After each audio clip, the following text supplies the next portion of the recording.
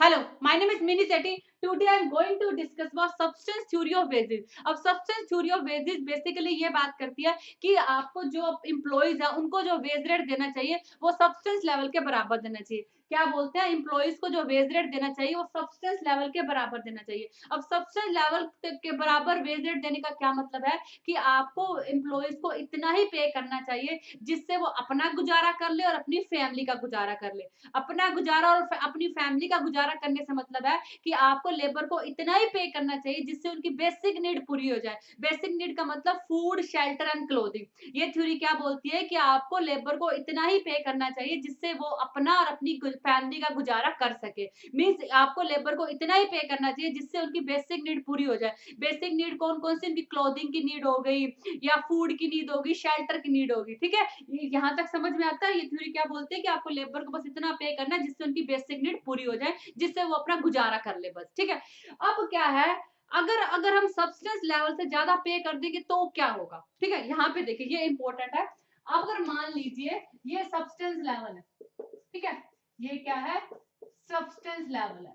अगर आपने क्या किया, इससे ज्यादा पे कर दिया, अगर आपने जो वेजीज हैं वो आपने सब्सटेंस लेवल से ज्यादा पे कर दी, इससे क्या होगा कि लेबर क्या करेंगे, जब उनको दिखेगा कि हमारी वेज रेट बढ़ गई है तो वो अपनी फैमिली को एक्सटेंड करेंगे, मींस ज्यादा बच्चों को जन्म देंगे। ये थ्योरी थोड़ी सी अजीब है, ठीक है, पर ये थ्योरी बनाने वाले की सोच है, हम इसमें कुछ नहीं कर सकते। ओके, हमें तो एज इट इज ही पढ़ना है। इसके बाद में क्रिटिसिज्म भी हुई है। ठीक है, वो क्या कहता है, अगर आप लेबर का वेज रेट सब्सटेंस लेवल से बढ़ा दोगे तो लेबर ये सोचेगी कि हमारे पास ज्यादा पैसे आ रहे हैं, हम ज्यादा कमा रहे हैं, वो अपनी फैमिली को एक्सटेंड करेंगे, ज्यादा बच्चों को जन्म देंगे, फिर उनके बच्चे बड़े हो गए, फिर वो इंडस्ट्री में काम मांगने जाएंगे। तो इंडस्ट्री में ऐसे क्या होगा कि ऐसे बहुत सारी लेबर करेंगी, अपनी फैमिली को एक्सटेंड करेंगी, तो उनके बच्चे बड़े होंगे, फिर वो काम मांगने जाएंगे। इससे क्या होगा, इंडस्ट्री में लेबर की सप्लाई बढ़ जाएगी। ठीक है, अब इंडस्ट्री में लेबर की सप्लाई बढ़ रही है लेकिन लेबर की डिमांड उतनी नहीं है। ठीक है, लेबर की सप्लाई बढ़ रही है, तो इंडस्ट्री वाले क्या करेंगे, वेज रेट को कम कर देंगे, वेज रेट बराबर से सब्सटेंस लेवल तक ही आ जाएगा। इंडस्ट्री वालों को तो फायदा ही है ना, पहले वो 200 में एक बंदे को रखते थे, अब 100 में दो को रख लेंगे। ठीक है, क्योंकि उनके पास ज्यादा काम मांगने वाले आ रहे हैं। ठीक है, तो वो क्या करता है, अगर आप सब्सटेंस लेवल से ज्यादा वेज रेट को बढ़ा दोगे तो वर्कर्स क्या करेंगे, अपनी फैमिली को एक्सटेंड करेंगे, ज्यादा बच्चों को जन्म देंगे, फिर उनके बच्चे बड़े होकर इंडस्ट्री में काम मांगने जाएंगे, लेबर की सप्लाई बढ़ जाएगी। लेबर की सप्लाई बढ़ेगी तो इंडस्ट्री में क्या होगा, वेज रेट कम हो जाएंगे और बराबर से सब्सटेंस लेवल तक ही आ जाएंगे। ओके, तो सब्सटेंस लेवल तक अगर आपने वेज रेट बढ़ाया तो क्या हुआ, कुछ हुआ तो है नहीं, बल्कि लेबर की सप्लाई फ्लक्चुएट होगी। उसके बाद वो कहता है कि अगर आप सब्सटेंस लेवल से वेज रेट को कम कर दोगे, ठीक है, आपने कम कर दी, रिड्यूस वेज रेट। ठीक है, देखो सब्सटेंस लेवल में आप बेसिक वेज रेट दे रहे थे जिसमें वो खाने पीने का उसका गुजारा चल रहा था, अगर आप वो वेज रेट भी ले लोगे, उससे भी कम कर दोगे, तो वो कहते हैं कि जो वर्कर्स है वो भूख से मर जाएंगे, उनको न्यूट्रिशन नहीं मिलेगा, गरीबी से मर जाएंगे। ठीक है, तो वो कहता है कि अगर आप सब्सटेंस लेवल से वेज रेट को कम कर दोगे तो वर्कर्स भूख से, गरीबी से मर जाएंगे। तो अल्टीमेटली लेबर की सप्लाई क्या हो जाएगी, यहाँ पे बढ़ी थी और यहाँ पे लेबर की सप्लाई क्या हो जाएगी, कम हो जाएगी। ठीक है, लेबर की सप्लाई कम हो जाएगी, काम करने वाले कम आए मिलेंगे इंडस्ट्री को, लेकिन डिमांड ज्यादा होगी, तो अल्टीमेटली इंडस्ट्री को वेज रेट बढ़ानी पड़ेगी, वो सब्सटेंस लेवल तक ही आ जाएगी। ओके, दो मेजर पॉइंट है, वो कहता है कि आपको वेज रेट सब्सटेंस लेवल तक ही रखनी है। अगर आपने सब्सटेंस लेवल से वेज रेट को बढ़ाया तो लेबर की सप्लाई बढ़ जाएगी, वेज रेट क्या हो जाएंगे, कम होकर सब्सटेंस लेवल पर ही आ जाएंगे।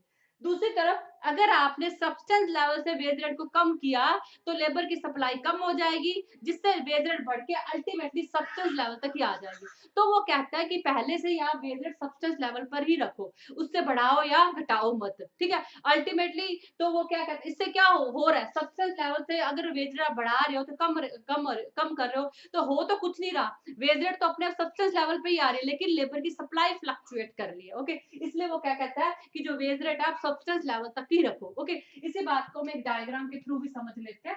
ओके, यहाँ पे देखो, ठीक है, ये क्या है, labour demand and supply, demand and supply, और ये वेज रेट।